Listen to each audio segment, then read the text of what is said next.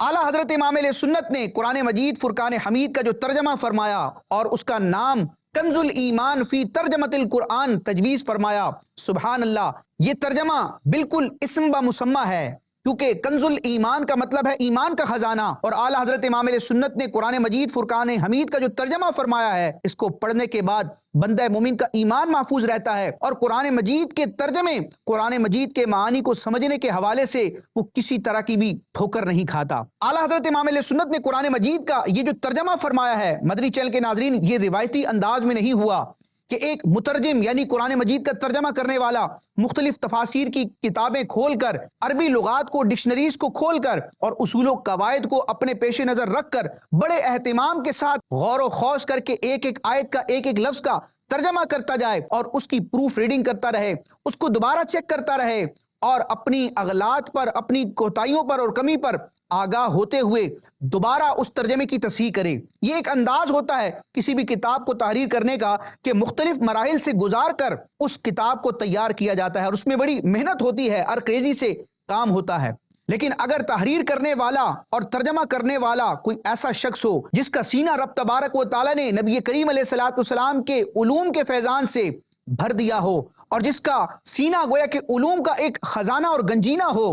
تو پھر اس شخصیت کی طرف سے جو ترجمہ ہوتا ہے یا جو تحریری کام ہوتا ہے وہ اپنی مثال آپ ہوتا ہے۔ مدنی چینل کے ناظرین، اعلیٰ حضرت امام علیہ سنت ویسے تو شب و روز فتویٰ نویسی اور مختلف قسم کی فقہی تحقیقات کے حوالے سے مصروف عمل رہا کرتے تھے، اور دیگر تحریری کام آپ کے شب و روز کا حصہ تھا، لیکن قرآن مجید فرقان حمید کا ترجمہ کرنا، اس کے لیے بظاہر اعلیٰ حضرت امام علیہ سنت کے روزمرہ کے معمولات اور جدول میں ٹائم نہیں تھا۔ لیکن اعلیٰ حضرت امام علیہ سنت کے تلمیذ و خلیفہ صدر الشریعہ بدر الطریقہ مصنف بہار شریعت مفتی محمد امجد علی اعظمی رحمۃ اللہ تعالی علیہ نے اس ضرورت کو محسوس کیا کہ قرآن مجید فرقان حمید کے بر صغیر میں کچھ اردو تراجم موجود ہیں، لیکن وہ تمام تراجم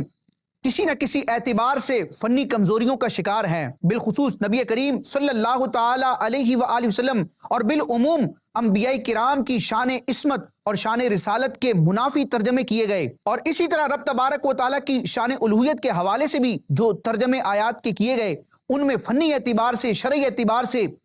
کافی کلام تھا۔ ضرورت اس امر کی تھی کہ ایک صحیح العقیدہ عالم دین جو قرآن مجید کے معانی اور مفاہیم پر نظر رکھتا ہو، وہ درست انداز میں شرعی اصولوں کے مطابق اور ان تمام ہستیوں کے ادب کو بجا لاتے ہوئے قرآن مجید کا عام فہم ترجمہ کرے۔ جب صدر الشریعہ بدر الطریقہ مفتی امجد علی اعظمی رحمۃ اللہ تعالی علیہ نے اعلیٰ حضرت امام علیہ سنت امام احمد رضا خان علیہ رحمۃ الرحمن سے اس ضرورت کا ذکر کیا، تو اعلیٰ حضرت امام علیہ سنت نے اپنی اتنی علمی مصروفیات کے باوجود ان کو اجازت عطا فرمائی، اور تقریباً 2 وقت آپ نے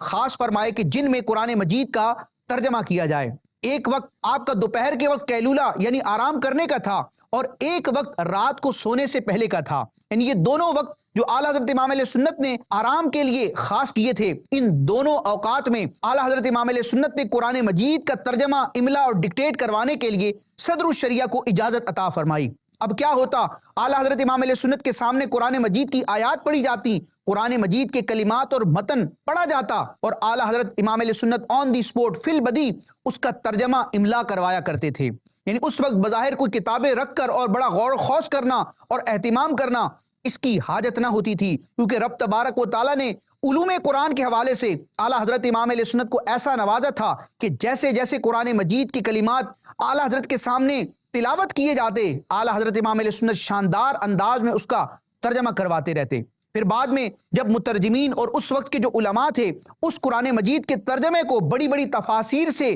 موازنہ کرتے، بڑی بڑی تفاسیر سے اس کی تائیدات کو تلاش کرنے کی کوشش کرتے، تو بڑی بڑی تفاسیر میں جو مضامین مفسرین نے بیان کیے ہوتے ہیں ان کی عکاسی اور غمازی کرتا ہوا اعلیٰ حضرت امام علیہ سنت کا یہ ترجمہ ثابت ہوتا۔ اعلیٰ حضرت امام علیہ سنت نے اپنے اس ترجمہ قرآن کا جو نام تجویز کیا وہ کنز الایمان فی ترجمۃ القرآن ہے، اور اگر علم ابجد کے اعتبار سے اس کے اعداد نکالے جائیں تو کنز الایمان فی ترجمۃ القرآن کے اعداد بنتے ہیں 1330، اور یہ ترجمہ اعلیٰ حضرت امام علیہ سنت نے جس سن میں املا کروایا وہ سن بھی 1330 سن ہجری تھا۔ یہ اعلیٰ حضرت امام علیہ سنت کا کمال ہے کہ آپ کسی بھی موضوع پر کوئی کتاب تحریر کرتے ہیں، اس کا عربی میں نام تجویز فرماتے ہیں، وہ نام اس کتاب کے مضامین اور اس کے مطالب کی طرف بھی گویا کہ اشارہ کرتا، اور اس نام کے اگر ابجد نکالے جاتے، علم العادات کے ذریعے اس کے اعداد نکالے جاتے تو وہی اعداد بنتے جس میں وہ کتاب تحریر کی گئی۔ یہ اعلیٰ حضرت امام علیہ سنت کا ایک کمال تھا۔ تو چونکہ سن 1330 سنہ ہجری میں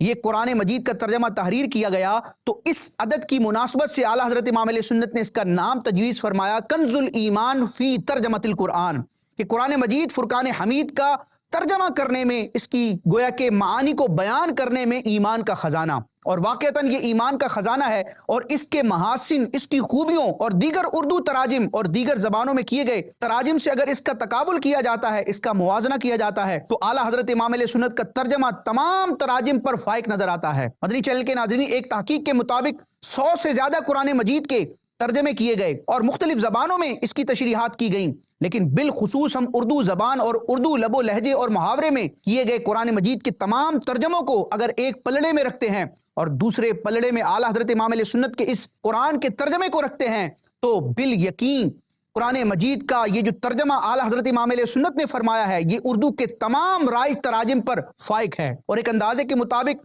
سب سے زیادہ اردو زبان میں چھپنے والا اور پڑھا جانے والا ترجمہ بھی اعلیٰ حضرت امام علیہ سنت کا یہ ترجمہ قرآن کنز الایمان ہے۔ علماء کرام نے اس ترجمے کے محاسن اور اس کی خوبیوں کو بیان کرنے کے لیے جب غور و خوض کیا، ریسرچ کی، تحقیق کی اور بڑی بڑی تفاسیر کی اور علوم قرآن سے متعلق کتابیں پڑھنے کے بعد جب اعلیٰ حضرت امام علیہ سنت کے الفاظ اور کلمات کو دیکھا تو وہ اش کر اٹھے، اور اس موضوع پر بلا مبالغہ درجنوں آرٹیکلز لکھے گئے اور مقالہ جات لکھے گئے اور کتابیں تحریر کی گئیں، جس میں اعلیٰ حضرت امام علیہ سنت کے ترجمے کے محاسن اور خوبیوں کو بیان کیا گیا۔